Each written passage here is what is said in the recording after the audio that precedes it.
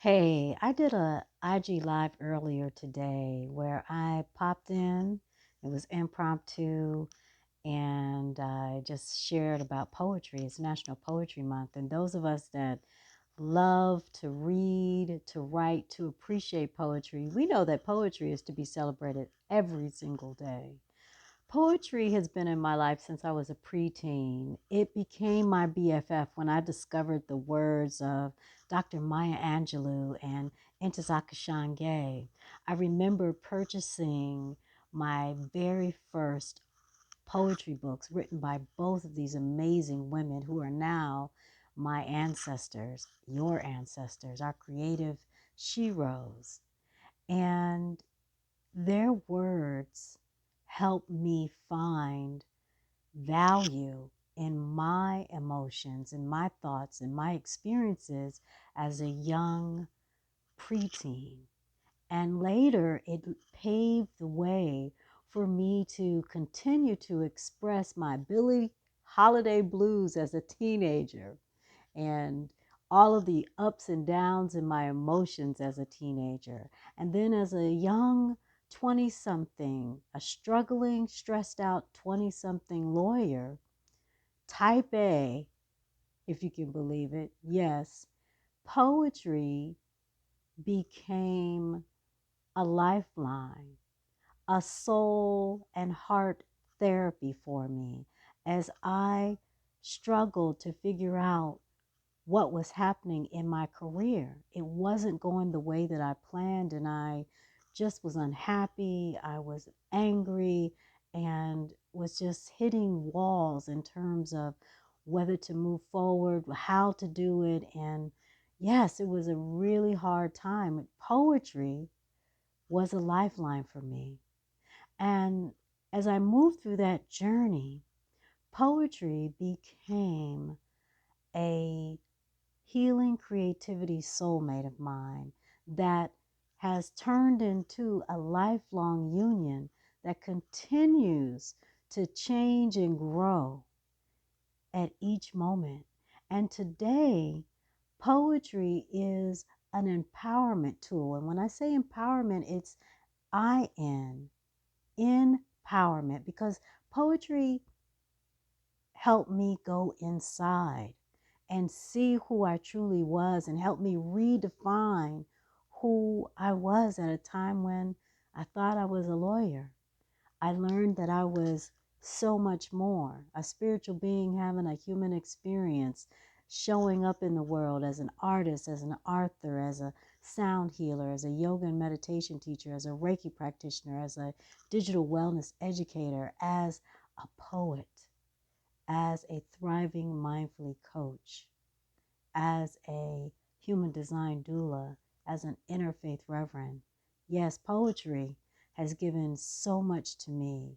And over the years, I've come to realize that poetry is one of the ways that I take care of myself and manage stress. It has become one of the practices that I use in my self-love languages to affirm myself. And so today I wanted to read a poem entitled Poetry from my mindful creativity memoir, That Which Awakens Me. So this is poetry. Poetry is wordplay. It is sound. It is imagery. Words in a closet waiting to be released. When they come to the center and move across the page, they dance with an assortment of rhythms, covering every musical genre you can name. Some are hot, cold, short, long. Some go up and down. Some smile and frown, laugh and cry, scream and ask why. They all express emotions we keep inside. They tell us about ourselves and our lives. May we learn to listen to them. May we know and honor their power. They are speaking a truth that was spoken in the beginning when we were born. So, does poetry call your name? Does poetry get deep inside of you? Does poetry create a sanctuary for you to be vulnerable with yourself? Maybe you write it, maybe you read it, maybe you appreciate it. Whatever poetry is to you, know that it is a lifeline to helping you understand yourself, helping you take better care of yourself, helping you relax, helping you create, helping you navigate stress, helping you take care of yourself, all of that and more.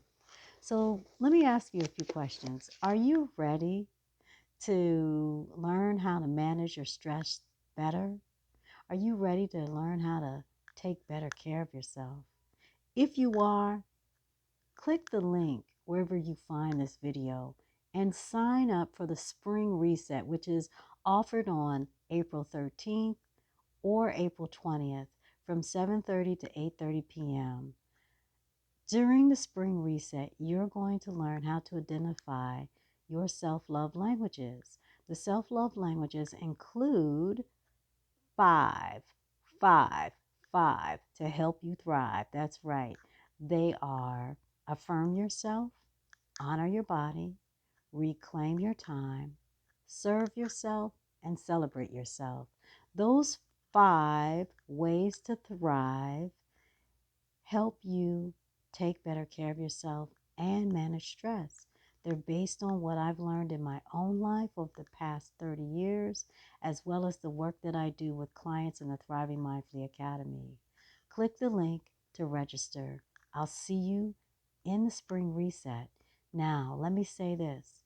If you think you want to go deeper, if you're being called to go deeper in your personal growth journey, and you want my support as a Thriving Mindfully coach, and you need a safe community to be vulnerable in that has group accountability, join the Thriving Mindfully Academy, an online education platform that I created at the height of the pandemic to help people just like you be present, be well, and be the real you. So click the link where you find this video. It's there for you. If you've got questions, email me at Ananda Leak. It's ananda@anandaleak.com. You can also go to the website Ananda Leak and click on the contact form and reach me. Or you can reach me by sending me a DM, a direct message on social media. And as I always like to say, may we continue to embrace thriving mindfully in everything that we think, feel, say, and do. Have a wonderful rest of your day. And, oh yeah, P.S. If you're looking for something great to read during National Poetry Month, check out my Mindful Creativity memoir, That Which Awakens Me.